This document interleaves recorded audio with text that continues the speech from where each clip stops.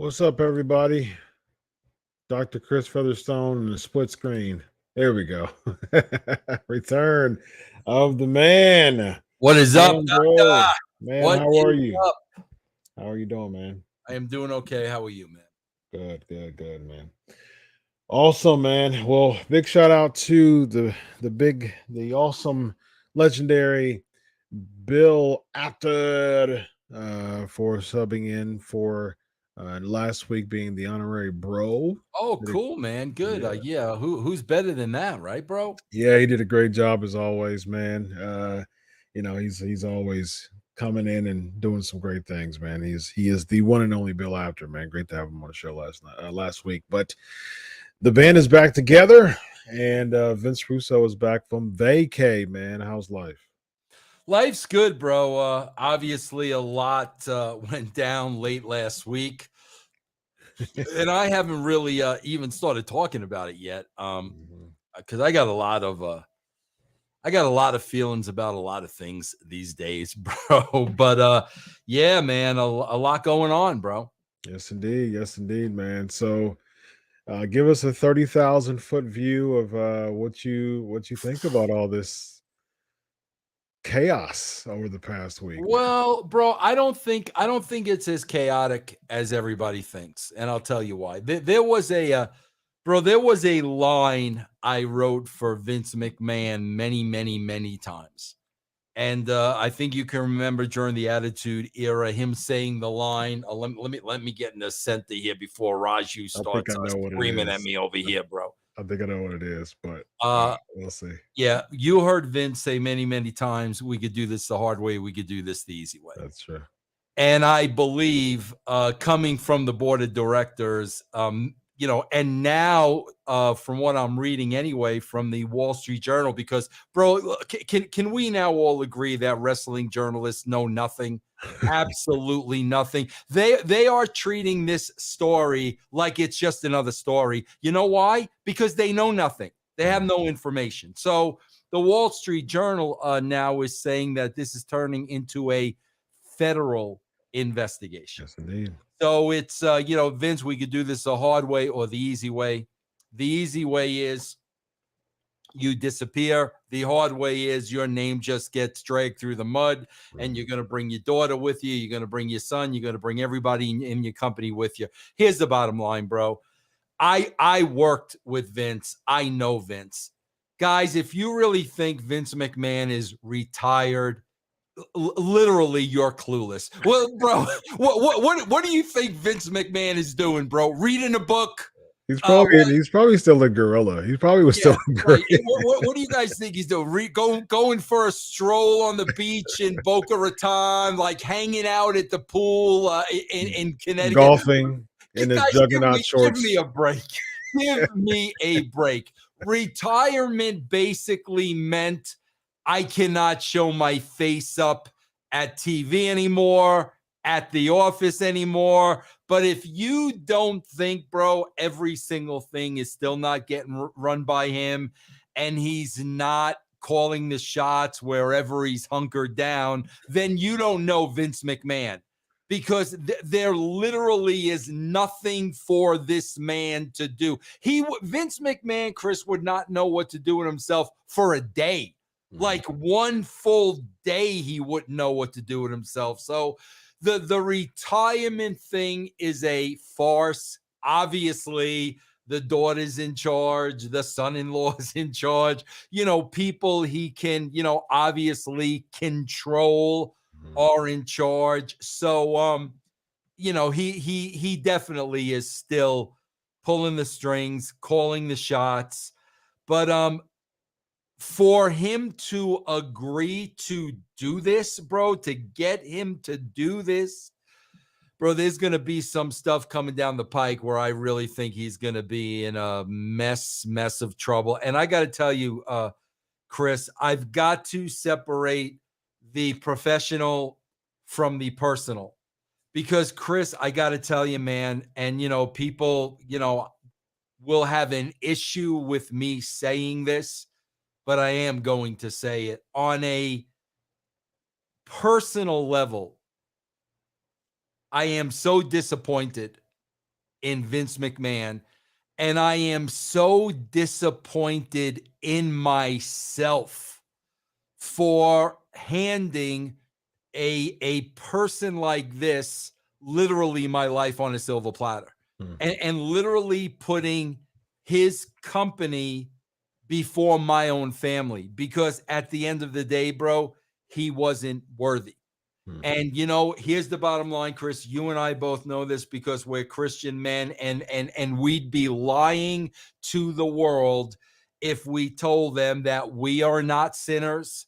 We don't make mistakes, because you and I make mistakes every single day, Chris. But you and I also know right from wrong. And the mistakes we make are human nature mistakes. They're not calculating mistakes of people getting paid off and hush money, and if you don't do this, you may lose your job. No, Chris, we don't do stuff like that. You know why, bro? Because we're honorable men.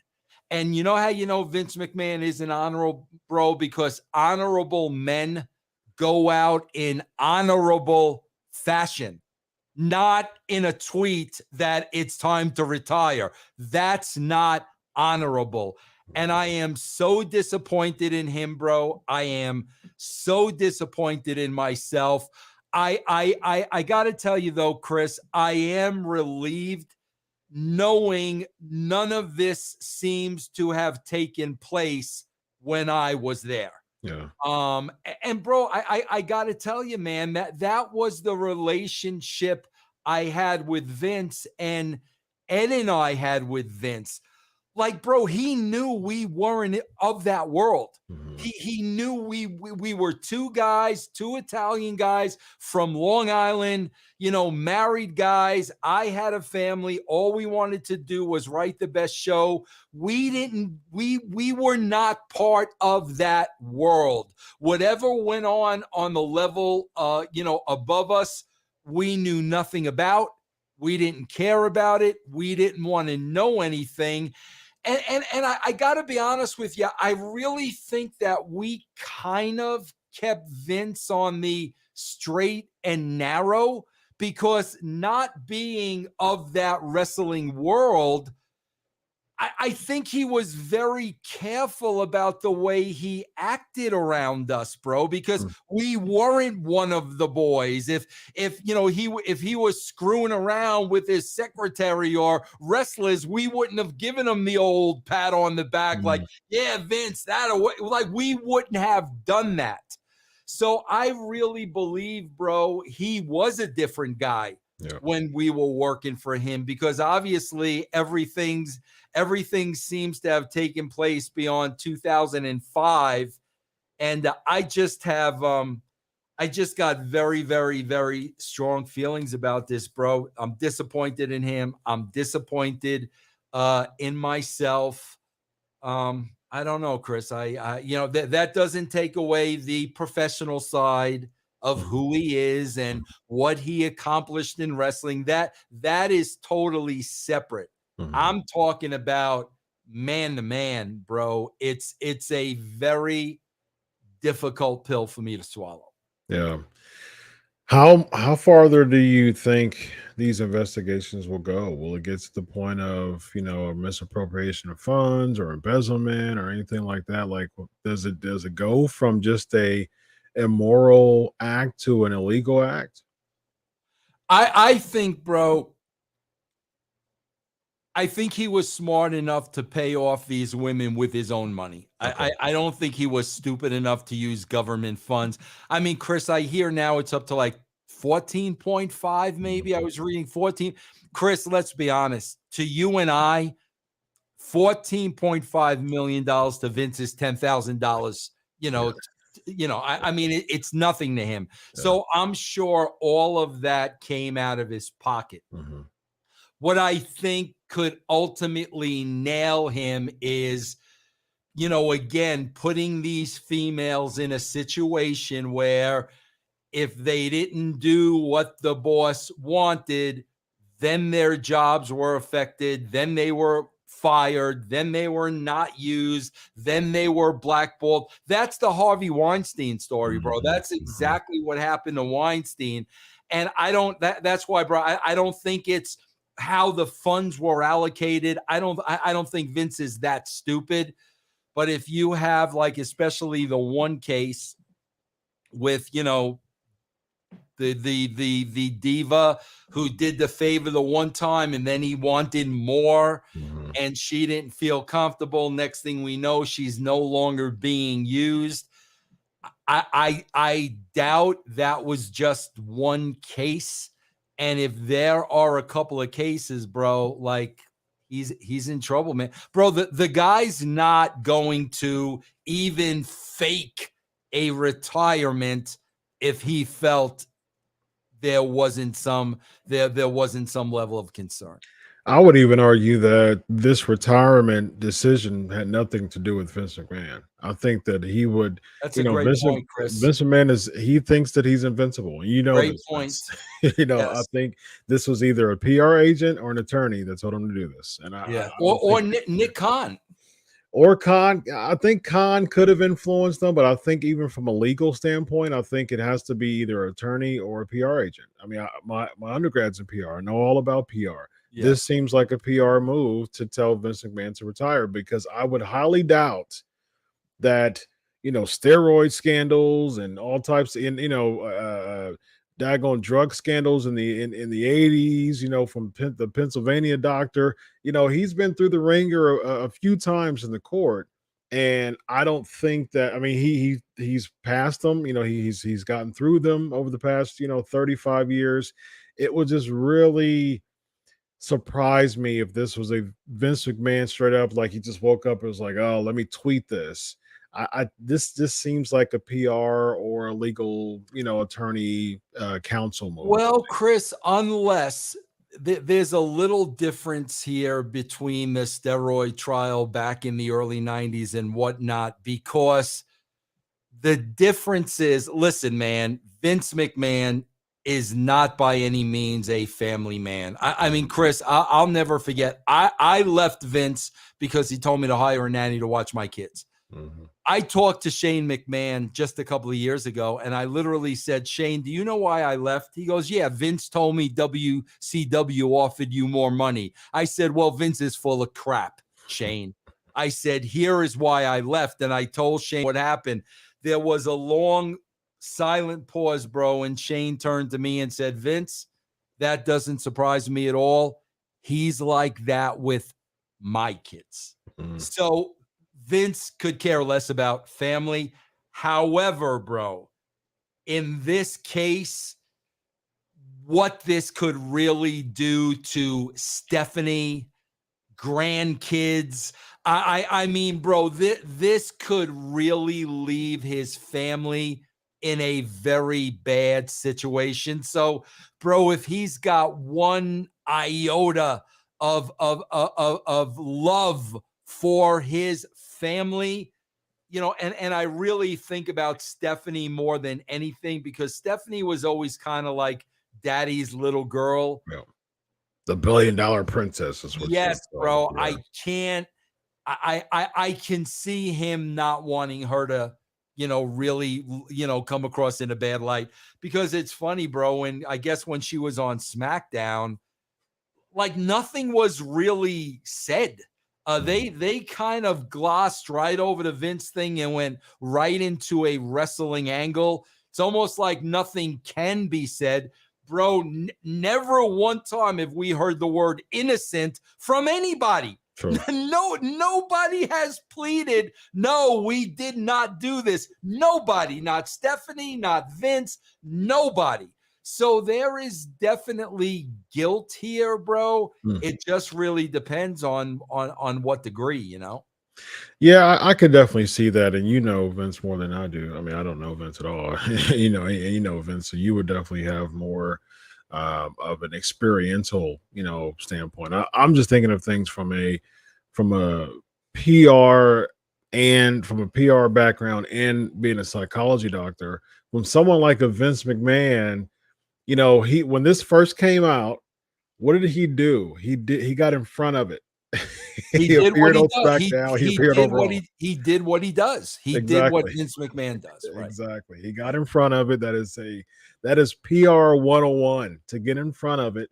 And he appeared on Raw, appeared on SmackDown. The same person who says that he can't stand being on TV anymore is, and I'm wondering, Vince, and I'm interested in your thoughts on this. Did he know anything about this during Mania season for him to come back and actually compete in a match against Pat McAfee? Well, that's a great question, Chris. You know, see again, like I'm thinking like a normal human being, which Vince is not. So I would think as a normal human being, if you knew this was coming down the pike, you'd really stay low.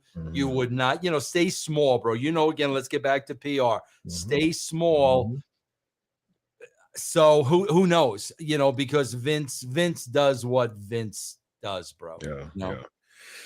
Yes, indeed. It'll be interesting to see, what else comes up. As of right now, Vince McMahon is retired from the WWE. We haven't really heard exactly what he's, kind of relinquishing. I mean, he's still majority shareholder. He was CEO. What does that even mean? Is he still a consultant?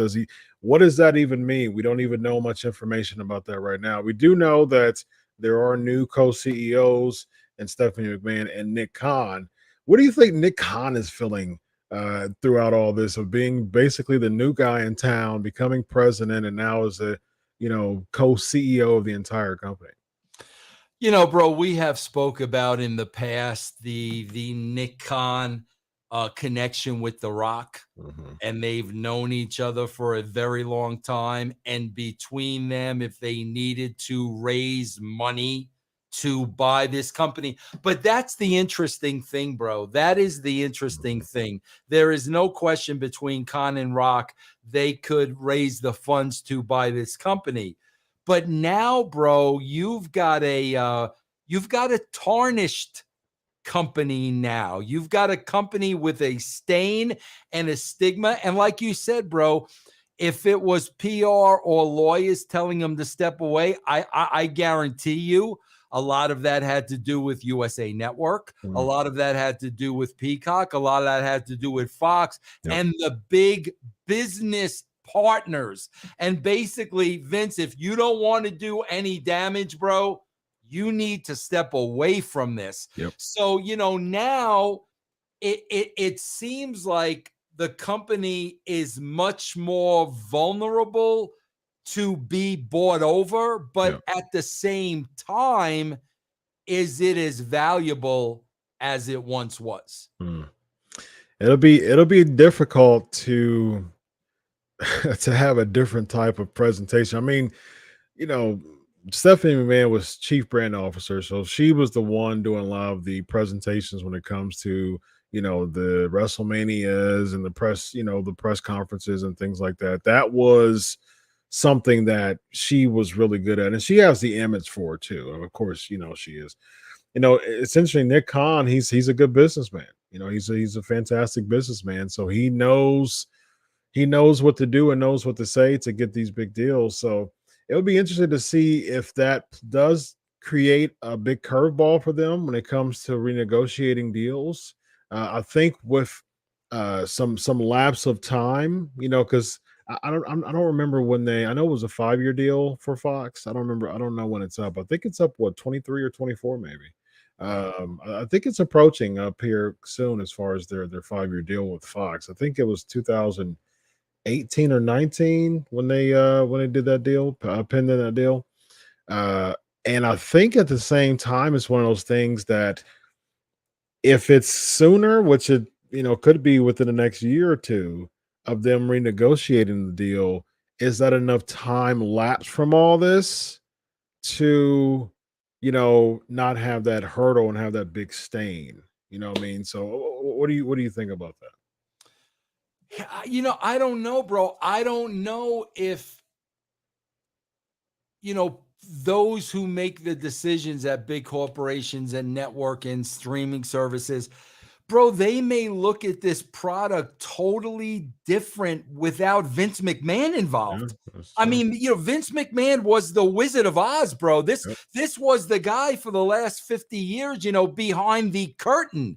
I don't know if if they will have the same confidence in the WWE without a figurehead like a Vince McMahon. I'll be honest with you, bro, for everything he's accused of doing, I wouldn't feel as I wouldn't feel as secure with this company with Vince not at the helm. I'm sorry, bro.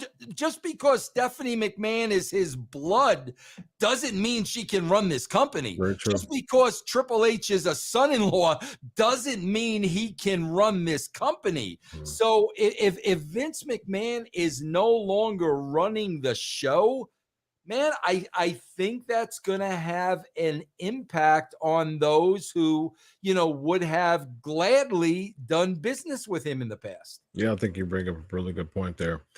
Rawland with the 999 super chat, bro. Russo's probably right, but I wonder about the quote, idle time leads to idle time, unquote. Perhaps Turner, Bischoff, and WCW kept McMahon focused. Once he beat at WCW, bought the competition in 2001, he went left. Your thoughts on that? Bro, I don't know. Listen, I told you back in 2012, Bruce told me Vince and Linda had not been together for some time. So I don't know if the timing of this had anything to do with the split between Vince and Linda. You know what I'm saying? I don't know if it was around that time where maybe Vince and Linda agreed, we're going to go our separate ways. We're going to remain married for business purposes. And again, PR. And, I'm going to be doing this with Trump and you're going to be doing this with the company, but he more or less had free reign, I guess. I don't know if that had an impact on it or what, but bro, it also seems like it was all around the Diva search. Yeah, that was around 04, 05 Diva search. Yeah, bro, it seemed like this was one whole, and bro, that's another thing, man. If a Wall Street Journal or another publication or news source takes that spin on it, like that was the whole reason why they did a Diva search, and some of these girls start coming forward, bro. You've got a monumental mess on your hands at that time. Yes, bro. Indeed. Absolutely. And then, bro, they're gonna look at like, bro, which was always kabuki-ish to me, his on-air relationships with all these girls. I mean, listen, Chris, I was the head booker for 3 companies. I could have written myself in very similar situations. I would have never dreamed of that. Number one, to be honest with you, bro, it would have been as creepy as crap to me. Like, okay, I'm the boss. I'm the boss, Tori. So the next scene, me and you are gonna kiss. Like, what are you really, bro? Let me sink my tongue in your mouth, Trish Stratus. God, just the creepiness of it alone. And then, bro, then you've got the argument of, what were these girls going to say? No, Vince, I'm not going to do that. No, Vince, you creep me out. I'm not going to let you. Like, what these girls were put in positions, what were they going to do or say? And I mean, and bro, again, all this happened when we left. There was no interaction with him and any females. The only interaction there was, I remember one time with a female, was he was really trying to humiliate Sable, and then like he turned his back on Sable and she shot him the bird. Bro, that was the extent of him and any women. All of a sudden, bro, 2005, he's having affairs with Trish Stratus and this one and that one, and it was like, that's creepy, bro, and it's it's out of line. It is out of line, bro, because these girls cannot say no. Yeah. Sadly. There's a lot of speculation going on with a lot of, possible Diva Search contestants.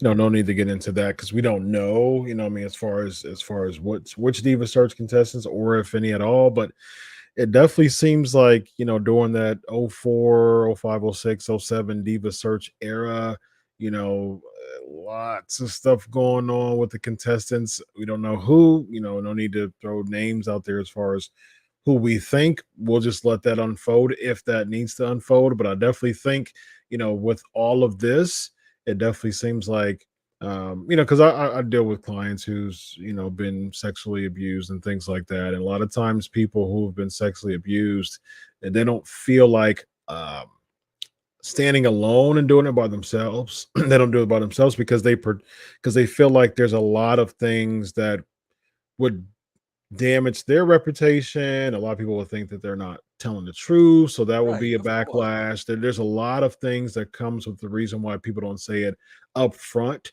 A lot of times their job is compromised. They are blackmailed a lot. You know what I mean? Yeah, I told you I was going to pay, your cousin's cancer bills, and if you don't say anything, now you're about to say something, I'm going to rescind that offer. You know what I mean? Like there's so many things that has that type of emotional pull of why someone won't say anything up front.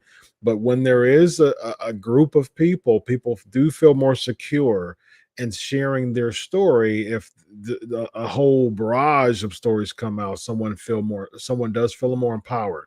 So it would be interesting to see if there is any sexual things going on with this investigation, if just a big Yeah. old gang of people start sharing their Chris, stories. I told you I've had 4 different women come to me with stories. Mhm.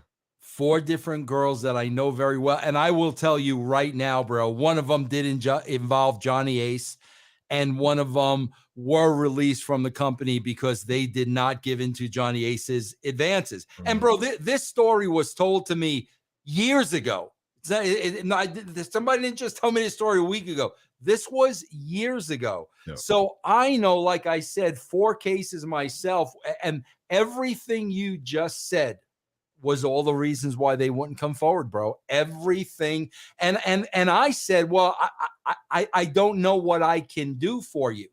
This is a choice that you need to make. This is up to you.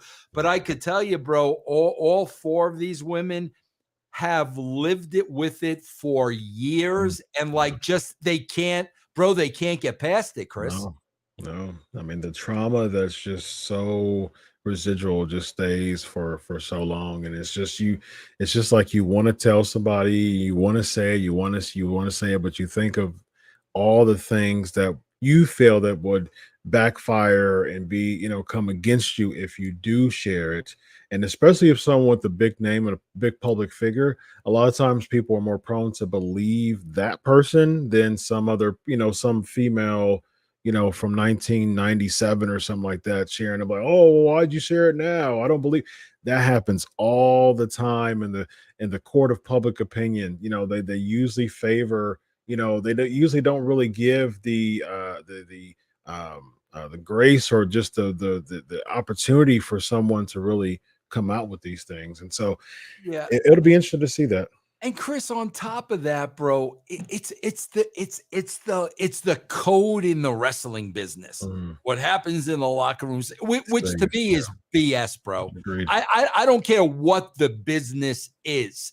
If there is conduct like this and it's wrong, I don't care if it's the circus, if it's wrestling, if it's Hollywood. I don't care what it is, but Yep. that, bro, that's how big. Oh, bro, will be blackballed. They will. Oh my God! Like seriously, bro. Like Yeah. that's the part of the business that I hated, And man. just think of the psychological damage of the females if this does progress into a sexual investigation. Just think of the resentment and the remorse that someone has, and I've dealt with people like this too. The remorse that people has that they didn't share it for so long. You know what I Yeah. mean? And then Yeah. all the trauma that comes from that, and the regret, and all the Yeah. psychological damage that they felt. Man, I've been holding this in for 12 years, 13, 14 years, and man, I wish I would have said this earlier because I probably could have been a big contribution for this not to happen to other women. You know what I mean? So stuff like that is very important. Oh, Chris, I kind of like, I brought this up before I left, to go to Atlanta. I said it on one of my shows when Vince was still active on the scene. I was like, how can any of these women work with him? How could they have a conversation with him? How could they feel comfortable around? Listen, bro, I'm not even going to sit here and say guilty or innocent. The guy has not said he's innocent. True. He has not said, no, I've not done that. Not one time. His daughter didn't say that. Okay, and bro, let's face it, where there's smoke, there's fire, bro. So I was like, my God, how can any of those women that work for that company, number one, I'll be honest with you, Chris, I don't know how they could still want to work there. I don't care if you're a champion. I don't care what you're getting paid. I don't know how, if this stuff is true, I don't know how you can work for a man like this. And then you've got to have conversation with him every time he wants to have a meeting with me. My hair in the back of my head's going to stand straight up. Well, you know what I'm saying? Yeah. So, like, thank God that he is retired and at least not around anymore, because I got to tell you, man, that would have been a horrible situation for those women to be put in. Agreed. I think that's a good point. So this is the first Raw post Vince McMahon. Did you notice any difference? Bro, you got to give him the benefit of the doubt. There's not going to be any difference on the first show. I would love to rip it apart, bro. There ain't going to be no difference in the first show. But again, Chris, I am not foreseeing any difference because I feel the same man is writing it. I'm sorry, bro. A retired Vince McMahon sitting on a beach somewhere is absurd. It is absurd, bro. The guy, hold one, bro. The guy would not know what to do with himself for an afternoon. Okay, let alone like for the rest of his life. Come on, man. Yeah. So I don't see a change at all creatively whatsoever. And Chris, I got to tell you something, man. I want to bring this up. This is kind of off the beaten track, bro. The wrestling business really needs to grow up. I think that's the biggest problem, bro. It needs to grow up. Can I talk about a little different topic for a second, bro? That like I'm watching this and I'm like literally, what is wrong with you people? What is wrong with you people? Ric Flair's last match. So we're gonna turn this into an angle. So I saw the Jared podcast with Conrad, and I was like, okay, bro, this is a work shoot, but Jeff was more than half shooting. And that was entertaining to me. Because, Jeff's talking about Flair and TNA and what happened when that's all true, bro. That's all true. So Jeff's half shooting. Bro, Conrad, I love Conrad to death. He's always been good to me, but Conrad could take an acting lesson or two. Jeff was spot on. Jeff was phenomenal. So I'm like, all right, guys, this is a work shoot, but it's pretty entertaining. Mm-hmm.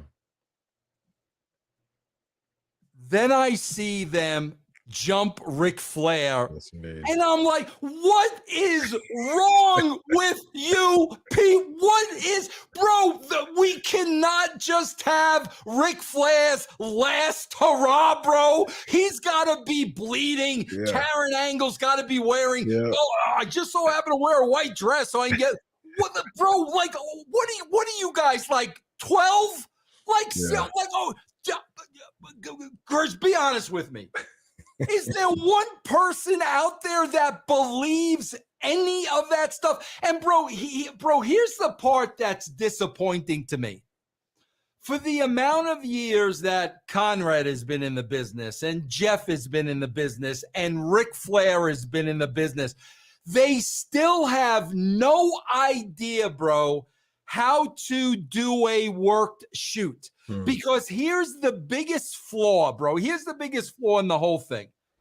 So Lethal, who 3 days before is wearing Ric Flair socks, okay, bro, and is giddy that he's straight. Now he's on the other side for no reason whatsoever. Jeff's got heat with Flair, no reason whatsoever. But here's the thing, bro. They attack the guy in the parking lot. They bloody him. Okay, they bloody a 73-year-old man. Bro, what do you think his son-in-law is going to do the second he sees them? What do you think what would you do, Chris? He's gonna kill him. Chris, if your wife, God forbid, somebody beat the pulp out of her dad, and then all of a sudden you see those people for the first time, Andrade is going to kill Jeff Jarrett the first time he sees him. Oh, but no, bro, we're going to have a contract signed. Yeah.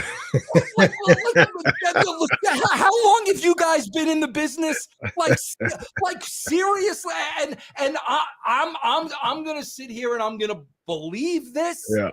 Oh, bro, that's what I'm talking about, bro.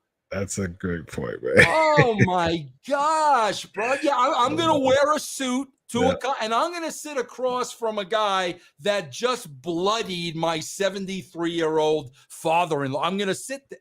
Yeah. Oh, come on, guys. Like, seriously, man. You got to do better than this, man. Makes sense, man. I totally understand. I totally understand the frustration that comes from that from a writer and a producer, man. It makes total sense. And here's another thing I want to say, Chris. You mind if I say get some other stuff off my chest? Get off your look.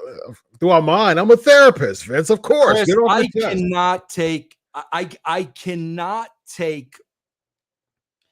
cannot take people online that want people fired and losing their jobs just because they don't like them. It drives me crazy. I'm going to say this right here, right now. Okay. When it comes to Kevin Dunn, and bro, I never had any bad personal problems with Kevin Dunn ever, bro. Now, could Kevin Dunn have a closet like Vince McMahon? Maybe. I don't know anything about that. I never saw anything like that. But let me make. I want to make one thing perfectly clear about a couple of people. Kevin Dunn was just as valuable, if not more valuable, to the WWE than Vince McMahon. Kevin Dunn was great at his job. Great at his job, bro. Great at his job. Bruce Prichard, bro, who I've had a history of controversy with, okay?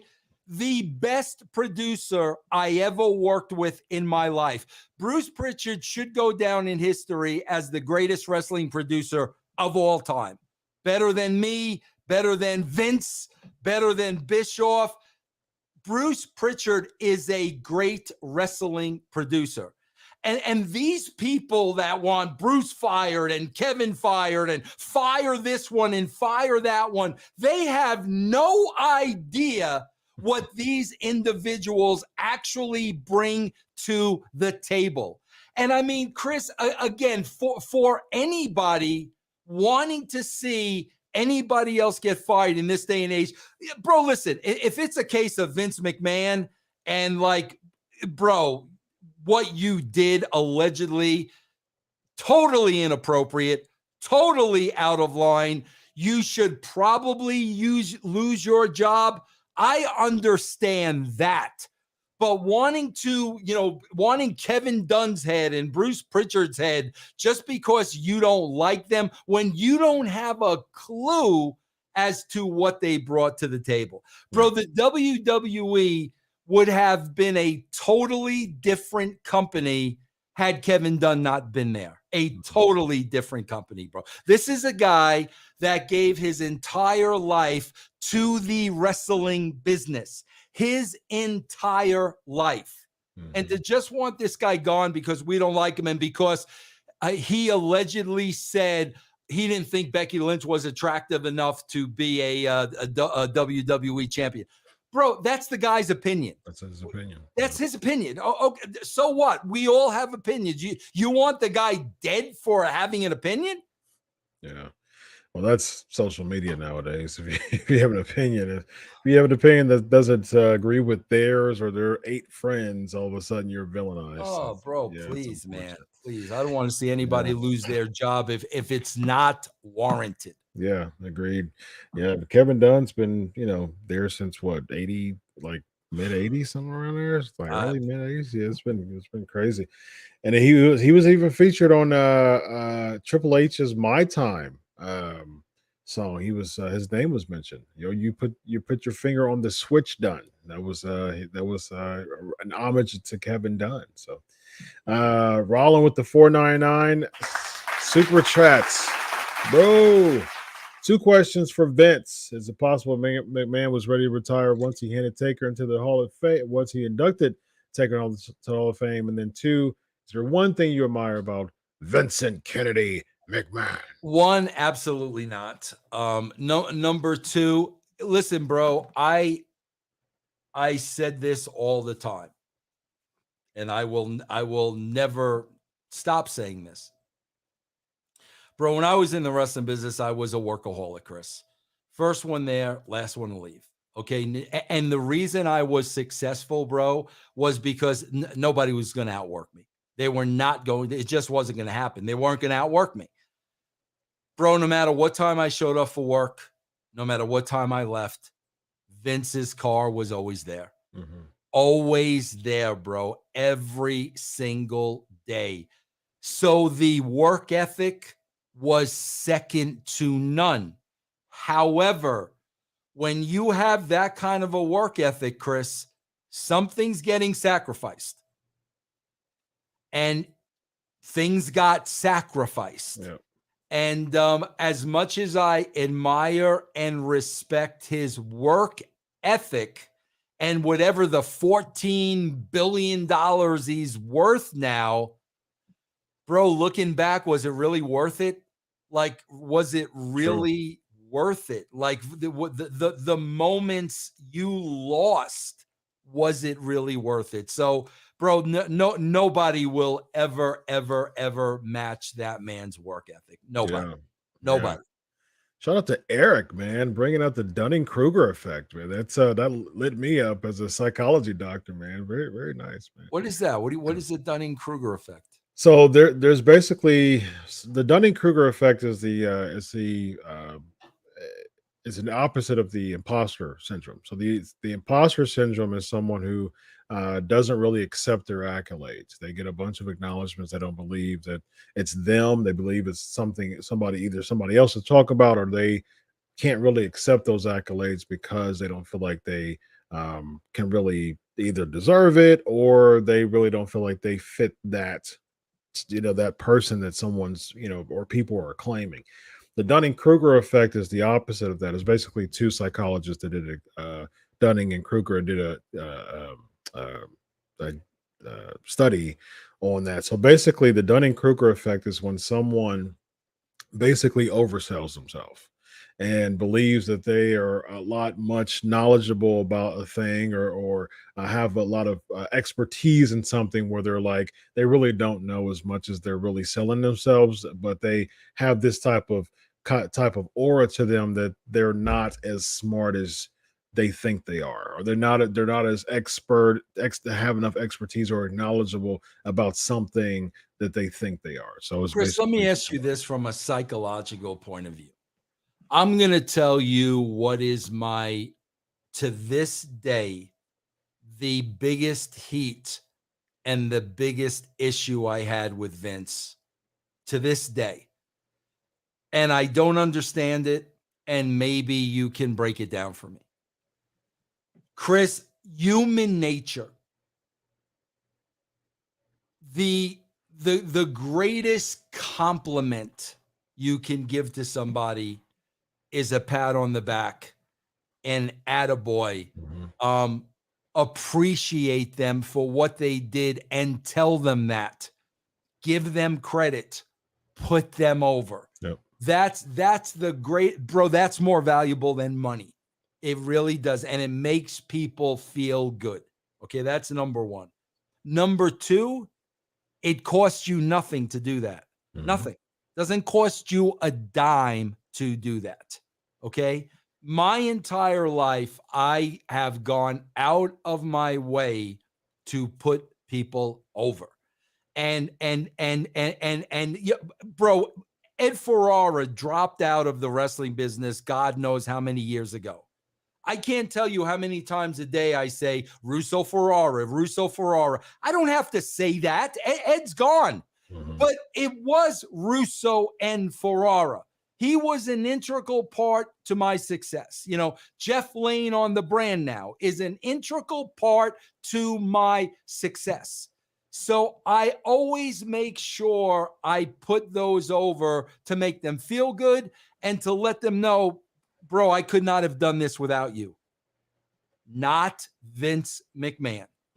And I always, bro, had a huge problem and freaking issue with that. It was like he wanted people to believe that all this came from him. Bro, remember the Kiss My, can I say the Kiss My ASS Club? Remember that? Yes. Remember that? Bro, when I talk about Kevin Dunn, Vince McMahon should have been kissing Kevin Dunn's butt. I never saw him put Kevin Dunn over one time. Wow. He never Good put point. me over one time, bro.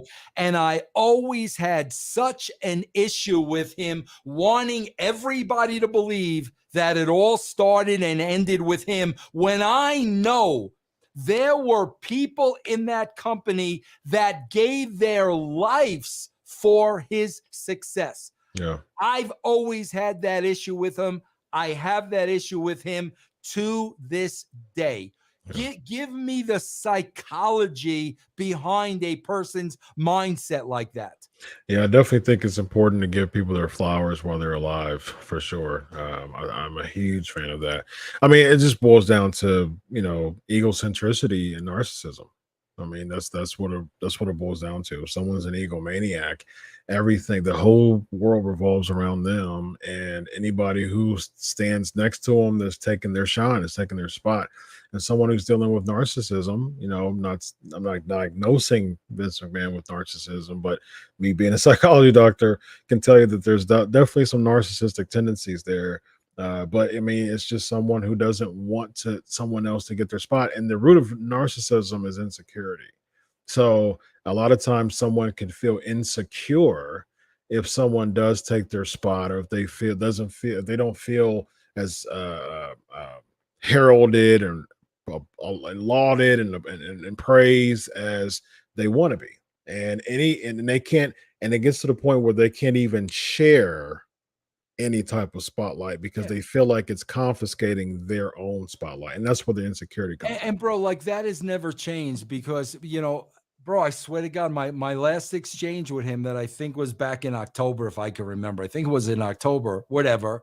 I offered my services as a consultant because I can't stand watching this show. So I offered my services as a consultant. I didn't need a job. I do well, you know, on my own, but I really like, bro, you got to improve this show. Okay.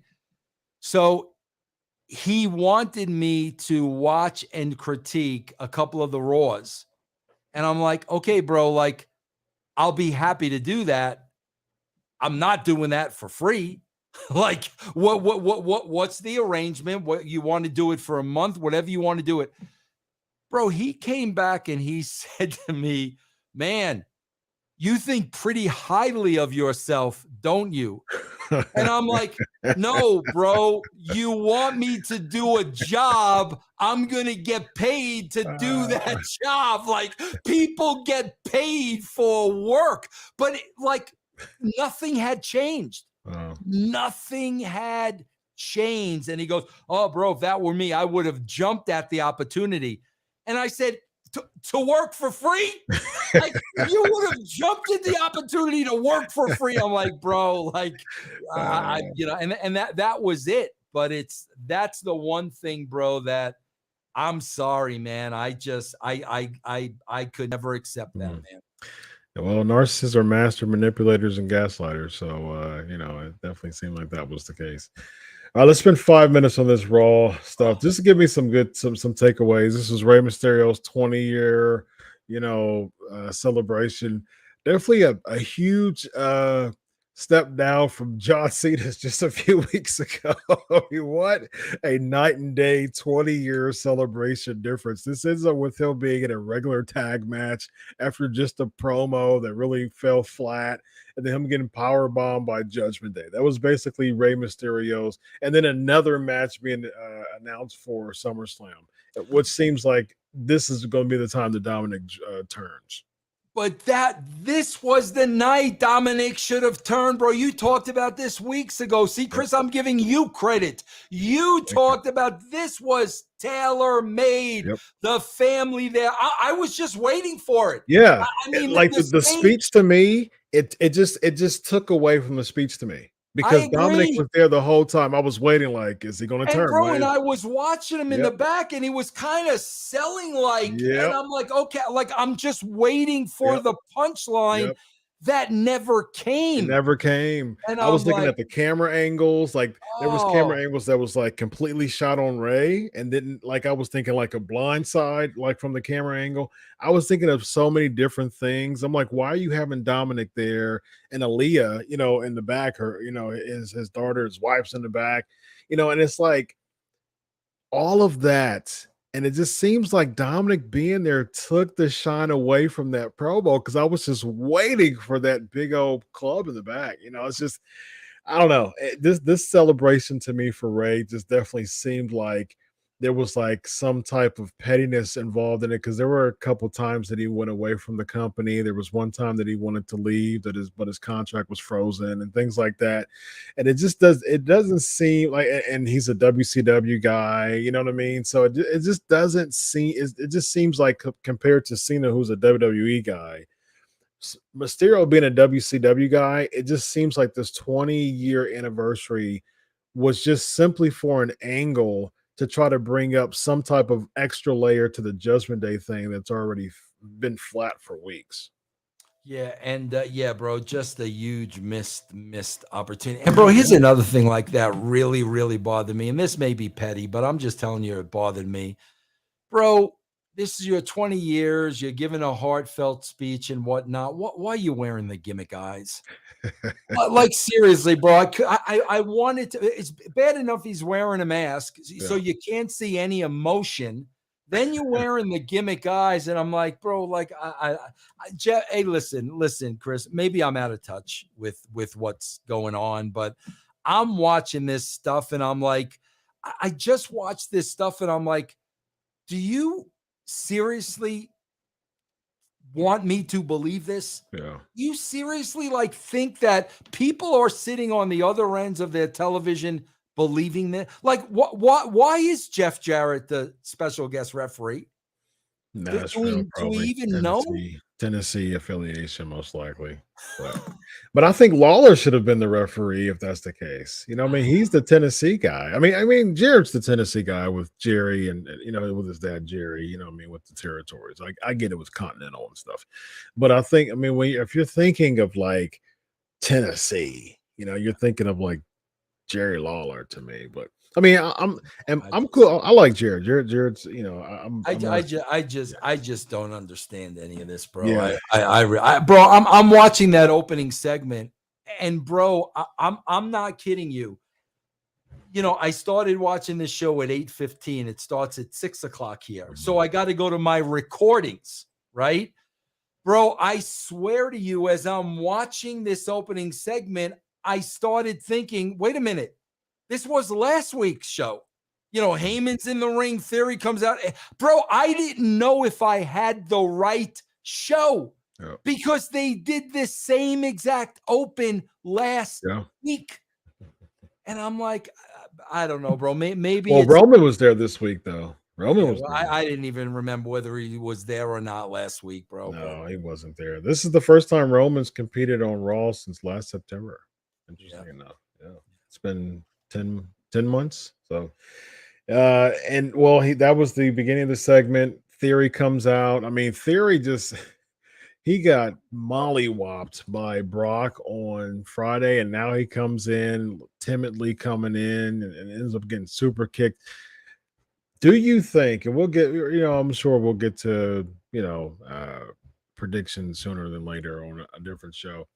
But what Theory getting all this type of treatment, like getting basically feeling like crap, like he is nowhere near in any ballpark of Brock or Roman. If he were to cash in the briefcase, that would lower the quality of the championship down so much to me if he does that. Why even tease him cashing in on Saturday with this type of treatment? I don't know. And bro, he said the same exact thing. That's why I thought it was a rerun. I'm gonna walk down this aisle and I'm gonna take that's I'm like, did he not say this same exact bro? Here's what it comes down to, Chris, and you and I always talk about this. Bro, they don't have anybody. Nope. There's nobody else, Chris. They don't have anybody. Yeah. So no matter who they put in that spot, you're not going to buy it, bro. Yeah. And they've created that. Oh yeah, for sure. Do you think the Roman Daddy line was basically impromptu, or do you think it was a part of the script? I definitely think it could have been impromptu. Gotcha. Bro, it's funny because we do the show with Road Dogg. And you heard what happened when Brock Lesnar did not want to work with Jinder. Yeah. You saw it. He told us how that went down. You think Roman Reigns wants to work with Austin Theory? Or Brock, especially Brock. I mean, come on, bro. Like, seriously, man, Let's see. Drew and Theory go against each other. I just didn't understand these matches as a whole, Vince. You got Drew McIntyre against Theory, and then that goes into another segment with Lashley and Drew beating Theory and Sheamus. Theory losing again, then getting super kicked. I mean, it just really lowers the quality of the championship of, with these matches. Why do these matches on the go home shows of SummerSlam? You're trying to create stories to further give us buy-in, but you're just throwing matches together before SummerSlam. I don't know, bro, because I'll be honest with you, Chris, I didn't even realize it was the go home show. Because the go home show, I mean, obviously the go home show is to drive you. I've got to watch SummerSlam. Yep. There wasn't one reason in the world that I would want to see 5 minutes of this show over the weekend. Not one, bro. Agreed. Belair, the Dolph Ziggler thing, Mysterios, and then we get the Rey Mysterio family and friends segment when he gets attacked by Rhea Ripley returning and manhandling or woman handling Dominic Mysterio. So, interesting recruit. If Dominic does join, it just doesn't make sense at all. Bianca Belair interrupted by Becky Lynch. This brawling segment fell flat to the crowd until they did the pull apart. They said let them fight, but before that, it was just people were just like, I mean, they weren't really into this. Yeah, no, bro. The only difference I saw in this show was there was more wild brawling in the back too. Yeah. Than usual. That was really the only thing I saw. Everything, bro. And again, bro, they're not going to make changes in a week. I'm not, that ain't going to happen. Build overnight. So but everything was wrestling. I mean, from the beginning of the show to the very end. Maybe they'll get a new start after SummerSlam. But like I said, bro, if you think that Vince McMahon is still not pulling the strings, you're foolish. You're absolutely foolish, bro. It seems like it. Bliss and Doudrop for the 18th time. And Doudrop continuing to drop out. I mean, Bliss threatened to, insert herself in the title hunt. She did say Lily was the top selling thing. So basically, she told exactly why she's carrying Lily. That's exactly it, bro. The wrestlers are smarter than we think, yes. bro. Especially, bro. Listen, let's be honest. If Vince McMahon is not present there now, hands on, they're going to get away with more Yeah. stuff than Yeah. they were able to get away with before. Indeed. What was your thoughts on the Impulsive TV segment? But bro, it's you know, I it's just bro, the entire Miz act is so it's just so old to me, bro. And especially when he's a likable guy on the television show that follows Raw, but we're supposed to hate him here and we're supposed to hate his wife here. There's such a disconnect there, bro. If they're going to have a Mr. and a Ms., then whatever they do on this show should be a play on that. Correct. They should not be totally opposites, bro. It's like I was saying with Jay Lethal. One minute I'm training Ric Flair, and the next minute I'm beating him up in a parking lot. Like it doesn't make any sense. Yeah, bro. for like, why are you beating him up? Like, what do you have against Ric Flair? It just doesn't make any sense. The backstage face-off, Street Profits and Usos with Jeff Jarrett, and then we get to the tag match. I didn't like the fact that they had Dolph Ziggler compete. I like the just the mystery in why are you doing this to Theory. I think they should have went on for much longer. They just threw him in a tag match, and he went from someone who had greater presence with the mystery to just another one of the guys, competing again. Like, it just really ruined that. But again, I hear what you're saying, Chris. But I could they were promoting. We're gonna find out why Dolph Ziggler. Why we're gonna find out. We're gonna find out. So we find out, and what did we find out? Oh, he needs to be taught a lesson, bro. Right there, it's over. Like right there, it doesn't matter what you do with Dolph Ziggler. If the reason is, oh, he's a young punk with a chip on his shoulder and he needs to be taught a lesson. Good night, everybody. Like, man, it's over right there. There could have been so much into this. There could have been a female involved, seeing somebody, what I mean? Like, there could have been so much intrigue storyline wise of why Ziggler did this. It really caused people to wonder, like, what are we doing here? It's something different. And you just made it just like everything else. Bro, and the because buzzkill was like, I just don't like when I sit here and I tell you wrestling across the board needs to grow up. Wrestling has become, bro, honestly, across the board, the lowest common denominator. It is. It's bro. I used to take such pride when me and Ed would write the shows. I would always say it's a thinking man's show. That's what we wrote. You did not know what was going to happen. You had to think about it. And maybe you thought about it during the week. And there's a lot of water cooler talk and a lot of conversation. This is the lowest common denominator, bro. The lowest common denominator. Ric Flair at 73 years old is having a retirement match, and they think Ric Flair needs to get color and there needs to be heat.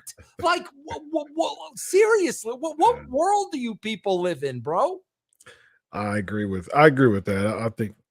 I think the allure was more that it's in his last match. Right. Not the cheesy, hokey Crimson Mask color gimmick that he did back in 1977. You know what I mean? Like, it just really, man. Like, come on. It's bro, come on. They've lost it, bro. They've lost their minds. Yeah. Thoughts on the last segment, Bowline defeating Riddle and Street Profits. I mean, and then the show ends by Seth Rollins attacking Riddle. Like, this is the go home show for SummerSlam. Like, was this a go home type of feel, especially if like you just threw this match together, and then Riddle takes the loss and then supposed to beat Seth, and then Street Profits took the loss, and if they beat the Usos, I don't understand how they think they're trying to elevate the division by having all this 50-50 stuff. I don't think they care about any of that stuff, Chris. I don't. Like I'm telling you, I don't. We have to accept that. Yeah. I don't think they care about any of that stuff, bro.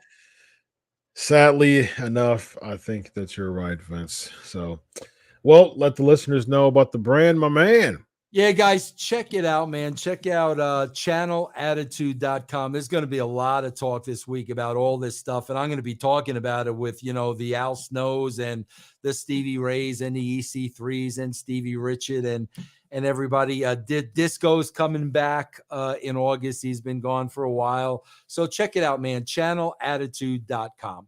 Very nice. Ladies and gentlemen, this is former WCW. See that right there? Right there. The WCW World Heavyweight Championship right there. This right here was on this guy's waist right there. Former WCW World Heavyweight Champion Vince Russo. And I heard he had bigger guns then, or biceps then, than he does now. Only by a hair, though. Only by a hair. Yes, just a little, bro. Yes. And I am Dr. Chris Featherstone. This is the Legion of Raw. Have a good night, everybody. Solo!